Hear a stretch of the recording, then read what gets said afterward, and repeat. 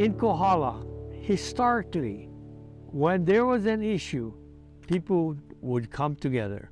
When Kamehameha was being born and they wanted to protect him from the high chief, Alapai, this whole entire community conspired against this high chief and wanted to keep this baby alive because they knew that this baby would be a special king someday.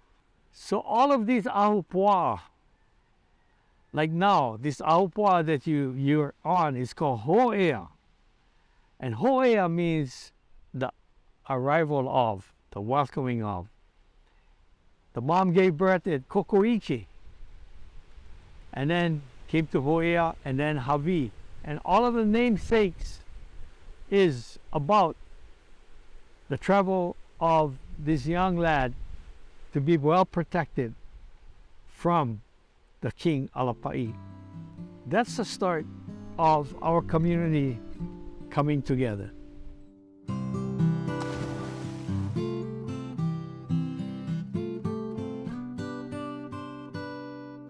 My paternal grandparents were Japanese immigrants, and they came here in 1892 before the kingdom fell.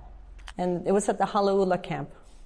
There was Ho'ea camp, Hawi camp, and camp is just, it's not where you pitch up a tent, you know.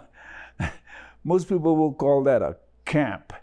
But in our growing up, camp was simply a collection of homes at different parts of North Kohala. There was a hill from the main road, because we lived in, the camp was a little bit below the main road. So a grassy hill, we used to go up at the top of the hill with a cardboard and then ride them down the hill. We never had TV, okay? We had telephone, but no TV. One house had TV. So all the camp kids used to go up to the Solomon house and watch TV with the couple. And I think we got along without a lot of things, but we became great because of those, because we never have. That's how come we became strong.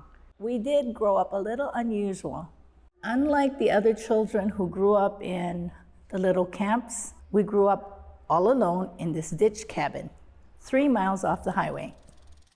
Back in 1952, when I was born, it was all covered with cane fields, and my parents were in charge of flumes number 4, 5, and 6 on the Kohala ditch. And between the flumes, there were tunnels, that they had built by blasting. And my father had been part of that, where they had blasted out the tunnels so that the water could flow through. Then the flumes were built to connect the tunnels because it would go over the streams. I grew up all my life till I left home when I graduated, cold water. And so when they had snow on Mauna Kea, and then I would take a bath, it was a quick shower. I mean, just quick, and out of there. Usually on weekends, like Friday evening or Saturdays, I would take, go boil water. That's depending if I want to go chop wood. The houses, because of all the rocks that you can see, was built on posts and piers. And to get to the house, it began here with the boardwalk. So the boardwalk connected to all the houses. The main house was a kitchen and 2 bedrooms. 2 bedrooms and a parlor.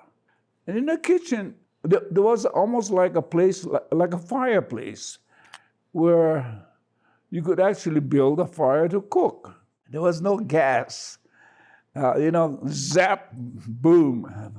No, ours was a 3-burner kerosene stove with kerosene and a top, put the pots, and on the side was a gallon of kerosene that fed through the wick and light, and boop, you got a fire. And we had electricity, but it was very, very simple. Like, this would be like one room, and there'd be one light, click, that illuminated the room. You went to the next room, There was one light, click. We didn't have an outhouse. Wow. It was like the house was here, and then there was our neighbor here, another neighbor here, and another neighbor here. And in between those four houses were four, shall I call them bathrooms? All the boardwalk connected to the center, which was the toilet. And that became the focal point for, at the end of the day, the women would come up and sit on the toilet steps and talk story. Everybody knew everybody. And we never locked our doors. In Oahu, I got robbed twice. But here, all my life, growing up in here, in Kohala, we never ever locked the doors once. And we never got robbed. In fact, anybody that came to our house, if we weren't home, they would leave a note of they're bringing fish for us or whatever. They'll open our freezer or refrigerator, stick it in there, or they'll leave things, whatever they brought, to share with us. And if they leave a little note. When you go to somebody's house, you clean up. Well, first of all, you don't go empty-handed. Okay, you bring something. And then when you go over there, you help whatever got to be done. You don't just go there, eat, and then split, yeah? You help, you wash dishes. The thing is the togetherness, how we took care of each other, no matter where you came from, what camp you came from. Although you had some competition as far as sports were going, but everybody makes sure they help each other. No matter where you went, if you needed help, somebody will help you. And we were all brought up, and this is a hard one that when I was growing, seeing is that if you had a pack of gum and there were 10 guys or whatever, you're in a bus, you gotta share with everybody, right? So you don't bring it out. Yeah, that's right. Whatever. If you're gonna share, you should make sure you can share with everyone, whatever you have. Yeah. That was instilled on us. And then you're not first. Other people first, and if you get leftovers, okay, then you can have something. So that was basic Kohala, basic. We had pigs in the back. So it wasn't a piggery or anything, more for home use and things like that. So we would go around the community and pick up pig slop. So my mother would check with some people, would give them buckets. So we had to go there, maybe about 3 times a week and pick up pig slop. And when you're like 13, 14-year-old girl, you don't want to be seen doing something like that, but we had to do it. Then we had chickens. My mother would kill the chickens in the back, and then we would help him pull feathers and eat chicken, boiled chicken legs and all that. Most of the food was in our backyard. I remember Manoa lettuce, carrots. And my rabbits. And he had rabbits that he fed, and Mom slaughtered them. And then, you know what she always had? She had a bed of peanuts, so we had snacks. I remember one time when the workers went on strike, so there was no income coming. The union would form what they call a soup kitchen. They build tents and they would make stew. So you go there with the pot, you fill up your pot with the stew and the food. And that was your one meal a day. And it wasn't easy because most of our families didn't have the kind of extra money. If you look at Kohala, when I grew up, the sugar company was almost perpetuating life here. 90% of the adults worked for the company, various degrees from management all the way down to planting cane. So the company was the lifeline for Kohala, and we grew up in that kind of atmosphere, so we're grateful for the sugar company.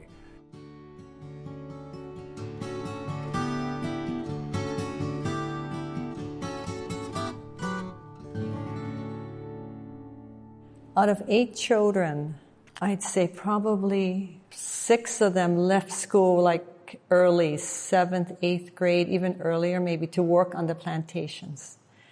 Maybe the 2 youngest, including my father, may have finished Kohala High School. But that was common back then because everybody needed the money. so that, when the kids could work, they went to work. The mill used to blow at 3 o'clock when all pauhana. It started at 7 in the morning, the mill would blow again, the whistle. It's amazing. We used to watch, in fact, my uncle with his grader pick up all the cane and put it in a cane truck. You live your life by the mill. I remember there was a whistle that blew. Big steam whistle, loud. You could hear it from the plantation mill. You could hear that whistle blow,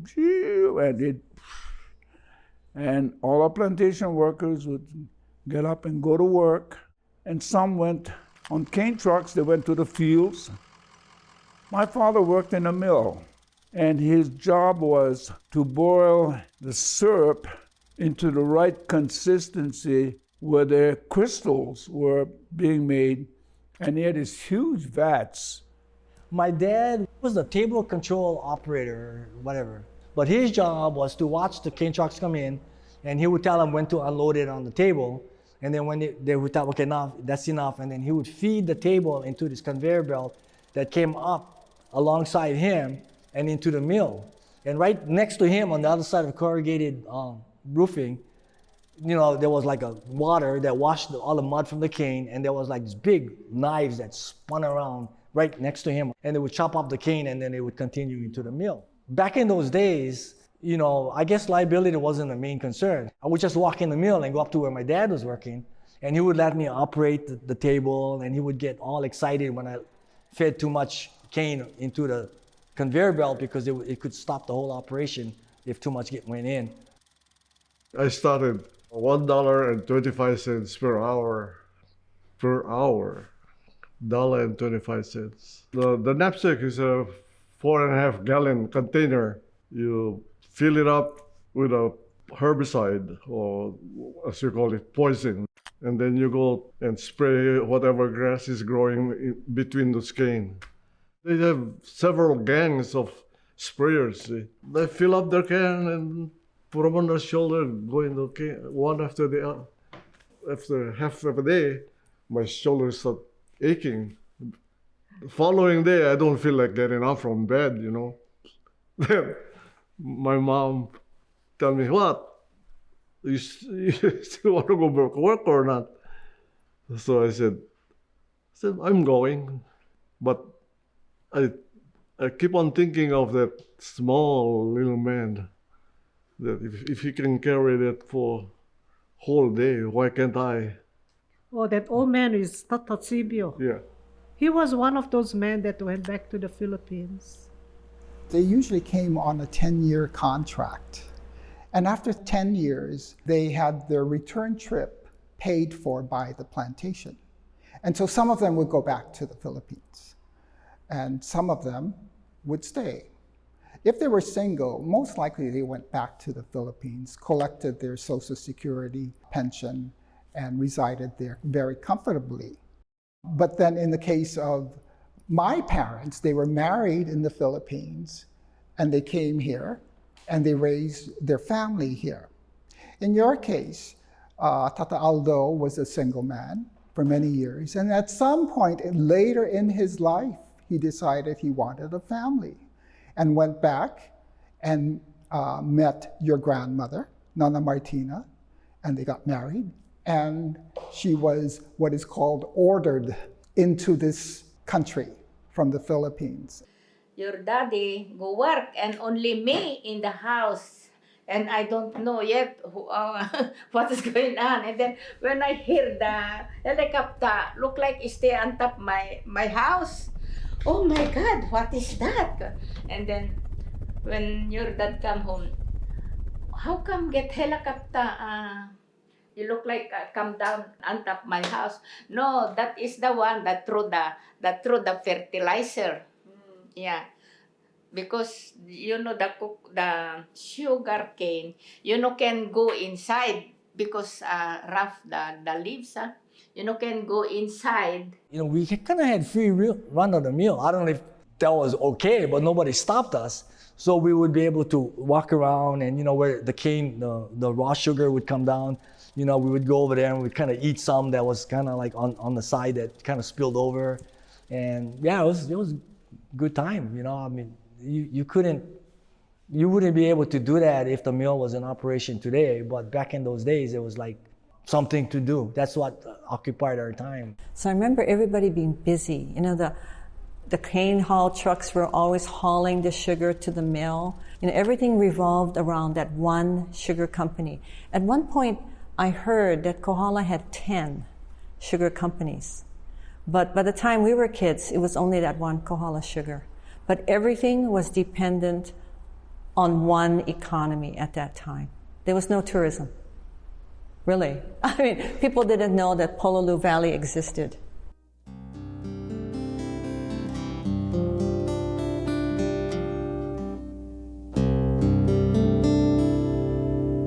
Our big supervisor come to pick me up and he said, the union is having a meeting with the sugar company. I don't know what kind of meeting, but they told me to pick you up. I was the secretary then. So we went up.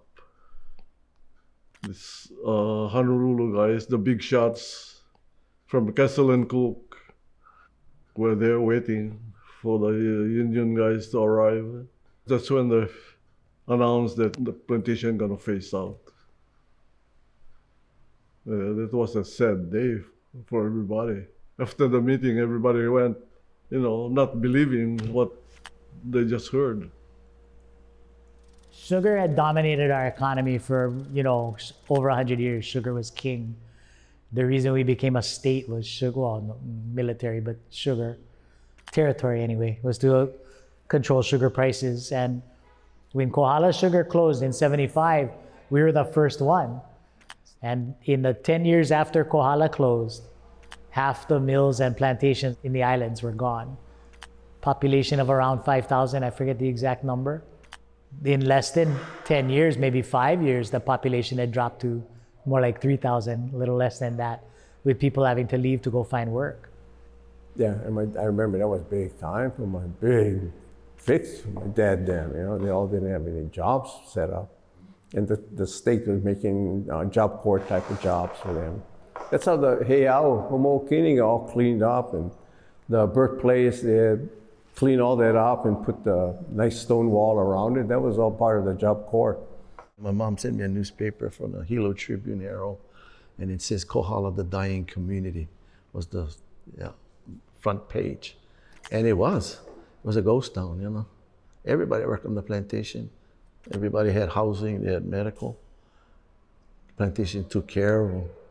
So it was a ghost town. You could drive through Harvey, not one car on the road parked. They had little stores would close. If at all, they would close early, and it was a ghost town. So the community was in crisis. People were looking for different jobs. You know, people were unemployed. The hotels started being built in South Kohala. So a lot of people had to change their jobs from sugar plantation workers, and now they had to, most of them went to work for the hotels. When the hotel opened, we came in to dance hula for the Mauna Kea Beach Hotel.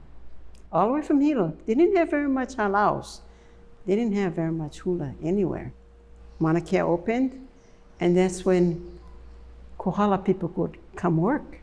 So there was that change and transition in the 70s into the 80s, and I think that was rough for Kohala for a while.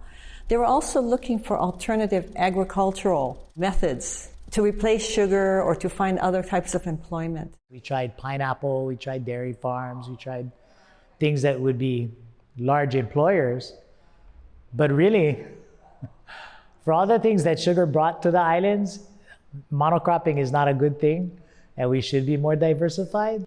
Instead of trying to find a big thing as the solution, starting to look for a lot of little things to, you know, spread it out. A lot of galleries open, restaurant open, things became expensive in the living, and we're like, wow, where is these people coming from? You know, they built a house, they built a new store right across the street, and you know, there's no stoplights here. Thank God for that, but I wish we did, because people drive crazy in town. And the roads are small, so you know, you have the coffee shop one place and you have the restaurant across, and But in those days, we were mom and pop stores. You know, you could go in, ask questions. Everybody started working at the hotels, and people had money, and then sooner or later, like she said, little things started to pop open, and now you can't find parking in Hovey, which is good. So yeah, a lot has changed, but that's life, right?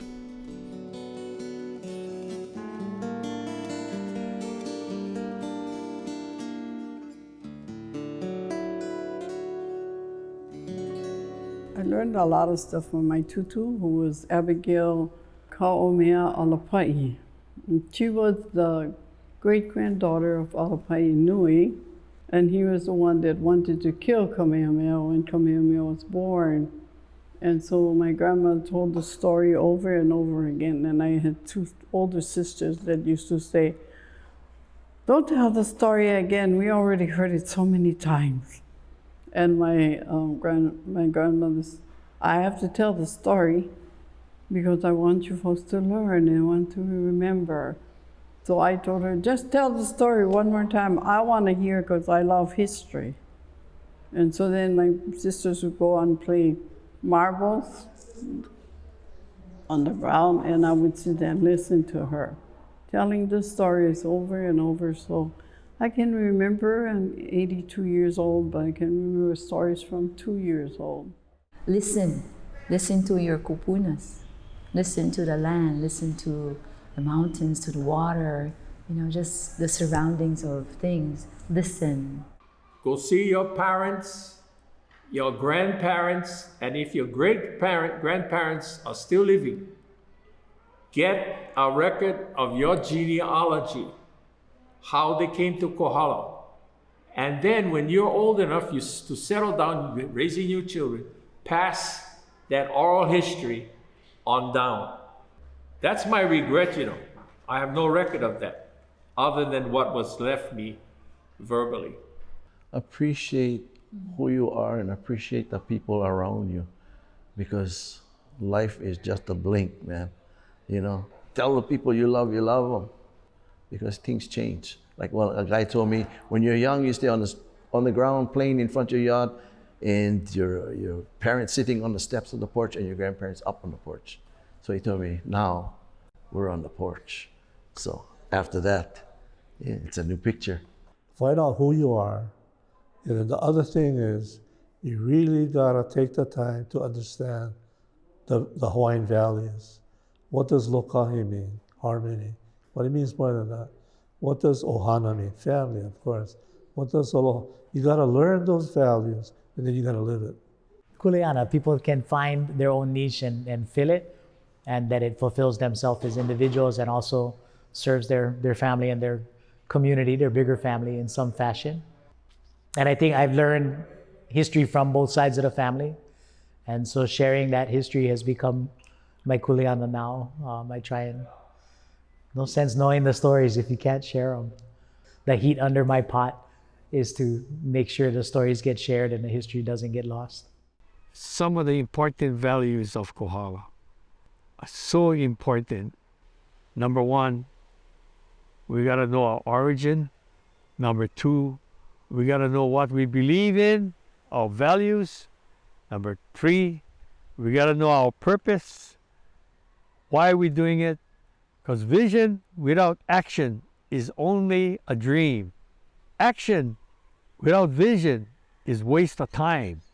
But vision plus action can change the world. And that's the destination that we want to be in. That we can say Kohala was special, is special, and will be special in the future. I'm a son of Kohala, and I'm very proud of that. The love of Kohala people, the mana, the spirit of Kohala, the spirit of being free, and the spirit of being supported and loved by many people is what kept me going. It was a very important part. And I told everybody I was so proud to be, and everybody knew that I came from Kohala. I made it well known. You know, it gives me that kind of feeling of Kohala still being Kohala. That the mana, the spirit that nurtured us growing up in Kohala is still there. That spirit of Kohala is still there. The buildings will change, but if you keep the values, you'll keep Kohala, Kohala. Keep Kohala, Kohala. Keep Kohala, Kohala. Thank you to everybody who's keeping Kohala, Kohala.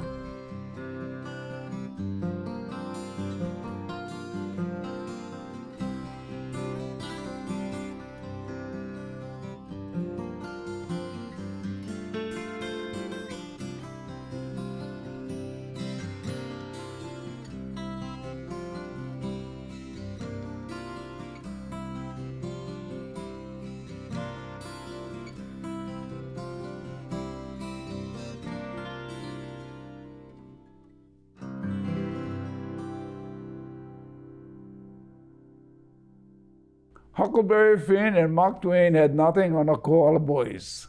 We grew up better than him on the Mississippi River. You know, we had a clean ocean. We had miles of open land that we could, and we were never lost. No, we were never lost.